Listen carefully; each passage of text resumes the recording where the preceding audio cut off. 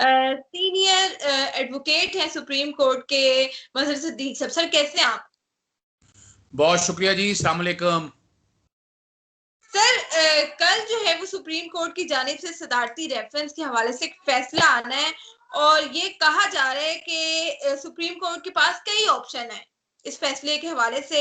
एक ऑप्शन ये भी है कि सुप्रीम कोर्ट पार्लियामेंट को हदायत जारी कर दे कि आप ओपन बैलेट के हवाले से जो है कानून साजी करें और सेनेट इलेक्शन जो है वो 3 मार्च के बजाय किसी और तारीख को रख लें। तो क्या ऐसा मुमकिन है, ऐसा हुक्म जारी हो सकता है कोर्ट की जानिब से?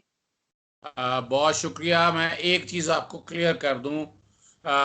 देखें, बुनियादी तौर पर सुप्रीम कोर्ट के पास मैं 3 ऑप्शंस देख रहा हूं और ये आपको चलाना पड़ना है। ये जो ब्रेकिंग न्यूज़ के तौर पर शायद आपके काम आ जाए। जी देखिए, जी। सबसे पहला जो इशू ज़हन में रखिएगा, वो 2 ऑप्शन यूं ले सकते हैं कि सुप्रीम कोर्ट जिसके जो बहस की मियां रजा रबानी साहब ने, फारूक नाइक ने, एडवोकेट जनरल सिंध ने और चंद बुकला ने, कि ये रेफरेंस वापस कर दें।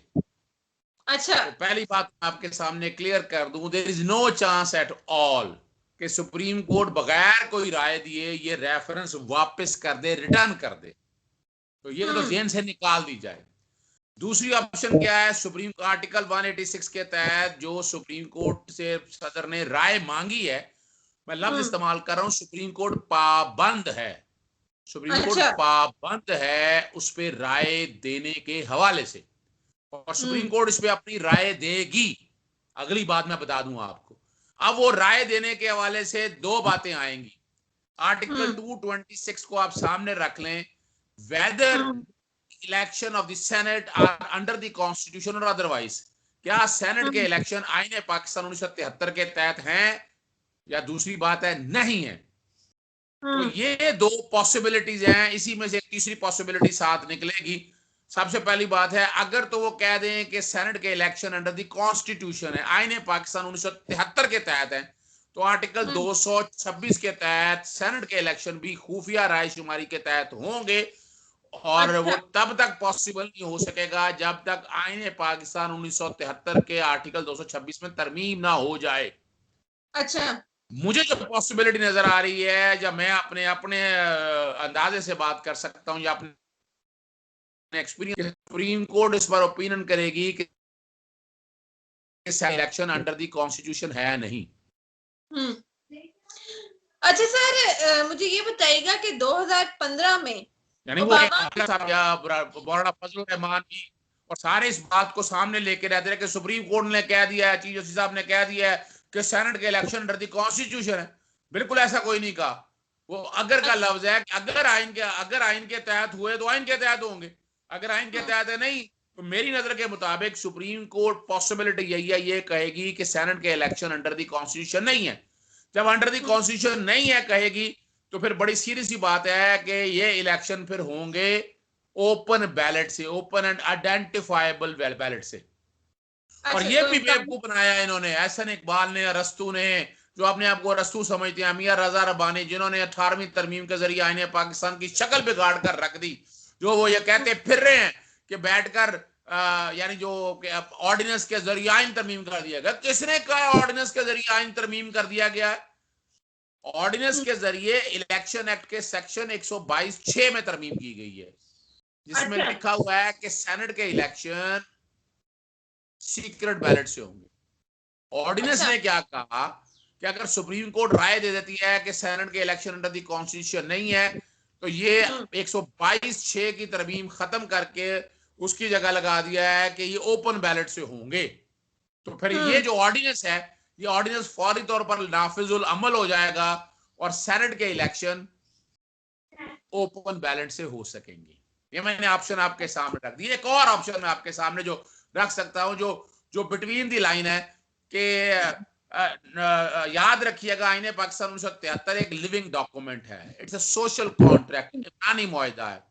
आईने पाकिस्तान कभी भी नहीं ये रास्ता फराहम करता कि आप रिश्वतखोरी करें, आप लूट मार करें, आप ट्रांसपेरेंसी वायलेट करें। बिल्कुल आईने पाकिस्तान 1973 ने ये नहीं कहा।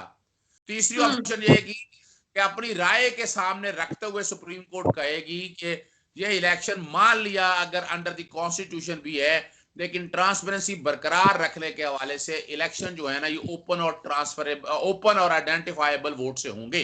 अब ओपन का लफ्ज ना भी चले, छोड़े, आइडेंटिफाइबल वोट से होंगे कि काउंटर फाइल पे एक नंबर लगा होगा और दूसरे स्लिप पे भी काउंटर नंबर लगा होगा कि आप उससे वोटर का निशानदेही कर सकेंगे। वो चाहे बायोमेट्रिक सिस्टम से हो या और तरीके से हो, जो तरीकाकार फिर ये निकलेगा। फिर ये तरीकाकार, ये ऑप्शन जरा यानी बड़ी ब्लीक सी है, बड़ी कम नजर आती है मुझे मेजर जो नजर आता है वो यही है कि सेनेट के इलेक्शन जो है वो ओपन बैलेट से होंगे और सुप्रीम कोर्ट सेनेट के इलेक्शन आर्टिकल 59 को सामने रखते 226 की इंटरप्रिटेशन करते हुए ये कहेगी। एक ऑप्शन जो है कि लिविंग डॉक्यूमेंट सोशल कॉन्ट्रैक्ट को सामने रखते हुए सुप्रीम कोर्ट इस बात पे कहेगी कि आप जो है ये आइडेंटिफाइबल वोट से होंगे, आइडेंटिफाइबल वोट होने चाहिए। और इसके हवाले से इलेक्शन कमीशन, इसके लिए पार्लियामेंट को कहने की जरूरत कोई नहीं है। आइन का आर्टिकल 218(3) ये कहता है, सेनेट के इलेक्शन कमीशन को कहता है कि honestly, Fairlie, justly and in accordance with law and corrupt practices should be guarded against. तो वहां इलेक्शन कमीशन को कहेगी कि आप बाकायदा जो है इसके अंदर इस मामले को इतना आसान फॉर्म में बनाएं कि ये इलेक्शन करप्ट प्रैक्टिसेस खत्म करने के हवाले से ये बात क्लैरिटी के साथ आ जाए। और अगर मिसाल के तौर पर मैं शुरू में बात कह दी, अगर उन्होंने कह दिया कि ये अंडर द कॉन्स्टिट्यूशन है, तो फिर वो आइन में पाकिस्तान में तरमीम, जिसके चांसेस मुझे कम नजर आते हैं, वो आइन पाकिस्तान में तरमीम होगी और तरमीम ऑलरेडी पेश कर दिया। तो फिर इस दफा के सेनेट के इलेक्शन जो है वो तो फिर शायद अगर ये कह दिया, जिसके चांसेस अगर परसेंटेज में मुझे कहें तो 20 to 30% चांसेस नजर आते हैं, 70% चांसेस मुझे ये नजर आते हैं, या 80% चांसेस यही नजर आते हैं कि अंडर द कॉन्स्टिट्यूशन नहीं है सेनेट के इलेक्शन। तो सर आप यही देख रहे हैं कि जो मुमकिन तारीख है 3 मार्च, उसी को सेनेट इलेक्शन होने वाले हैं? जी बिल्कुल। देखिए ना, ये कल 1 मार्च है, ये कौन से कुछ लाखों बैलेट पेपर छपवाने हैं। देखिए पंजाब में तो मुकमका हो गया ना जी। जो बड़ी बातें करता था नवाज शरीफ, बड़े दावे करता था मरियम नवाज साहबा, डूब मरने का मकाम है उन लोगों के लिए। पीपल्स पार्टी के लिए, जमीयत उलमा साहब, सबके लिए डूब मरने का मकाम है।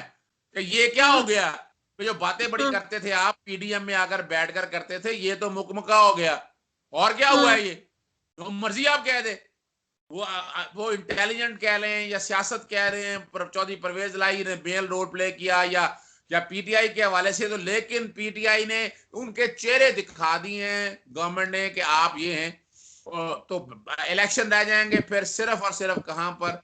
सिंध के अंदर, बलूचिस्तान के अंदर, केपीके के अंदर और इस्लामाबाद के अंदर रह जाएंगे।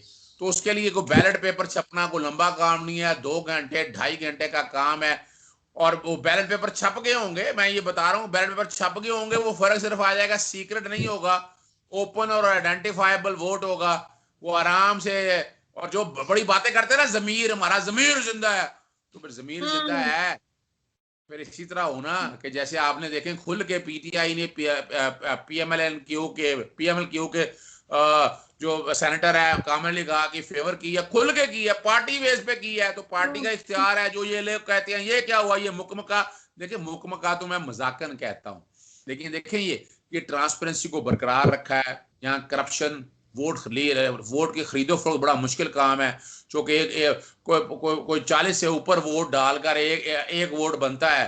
तो उस कॉन्टेक्स्ट में अगर देखा जाए तो ये एक अच्छी रवायत है। और इलेक्शन कमीशन तो पाबंद है, आईने पाकिस्तान 1973 को सामने रख के आर्टिकल 218(3) और 220 को सामने रखते हुए अभी वैसे इलेक्शन कमीशन ने नहायत, मैं उनकी कारकर्दगी से बिल्कुल मुतमईन, मैं बड़ी जद्दोजहद कर रहा हूँ 2013 से, और इलेक्शन कमीशन उस तरह से अपना आईनी किरदार और कानूनी किरदार अदा नहीं कर सका। ये तो सुप्रीम कोर्ट से झाड़ पड़ी थी, तो इसलिए थोड़ा सा डस्का के इलेक्शन में जागे, हालांकि वो भी गलत जागे। वो मैंने अपने पिछले वीलॉग में कह दिया, जो बड़ा माशाल्लाह आपका वो वीलॉग बहुत हिट हुआ, बहुत से लोगों ने मुझे फोन पे बात की और वो काफी व्यूअरशिप रही आपकी। बहुत शुक्रिया सर, पिछला भी काफी अच्छा चला और इसका भी क्रेडिट आपको जाता है, क्योंकि आप जो है वो फैक्ट्स की बेस पे बात करते हैं, हवा में बातें नहीं करते। और आज का भी इंशाल्लाह काफी अच्छा जाएगा और रिस्पॉन्स भी काफी अच्छा आएगा। बहुत शुक्रिया, आपने अपना वक्त दिया। इंशाल्लाह आपसे दोबारा रब्ता करूंगी। अपना ख्याल रखिएगा। अल्लाह हाफिज।